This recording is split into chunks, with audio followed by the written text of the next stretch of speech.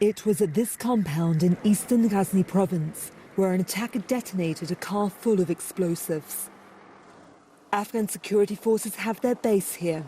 Officials say the explosion damaged civilian homes around the compound.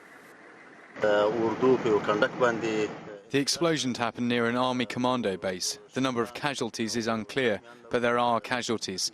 They've been transferred to the hospital. The Afghan people's enemies wanted to attack with a car bomb, but our forces stopped them. They first shot at our watchmen and killed them, but before they could reach the target, the car bomb exploded. The violence comes as Afghan government representatives and the Taliban are holding their first face-to-face talks in Qatar. They're aiming to strike a deal to end the decades of conflict since the Taliban was toppled from power in a US-led invasion in 2001. There has always been a consideration, a concern that there will be splinter groups within the Taliban who are not happy with the peace process and they want to topple the current Afghan government and state and overtake everything. They think that they have been able to push the Americans out of Afghanistan. The US is also pushing to end its longest war.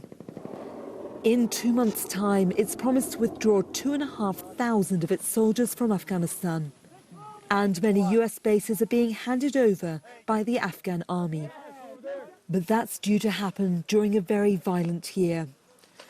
The UN says nearly 6,000 Afghan civilians were killed or wounded in the first 9 months of 2020. It says the Taliban was responsible for 45% of civilian casualties, government troops for 23%. And with many hoping that a deal would put an end to the violence, the UN says it's reaching near record levels.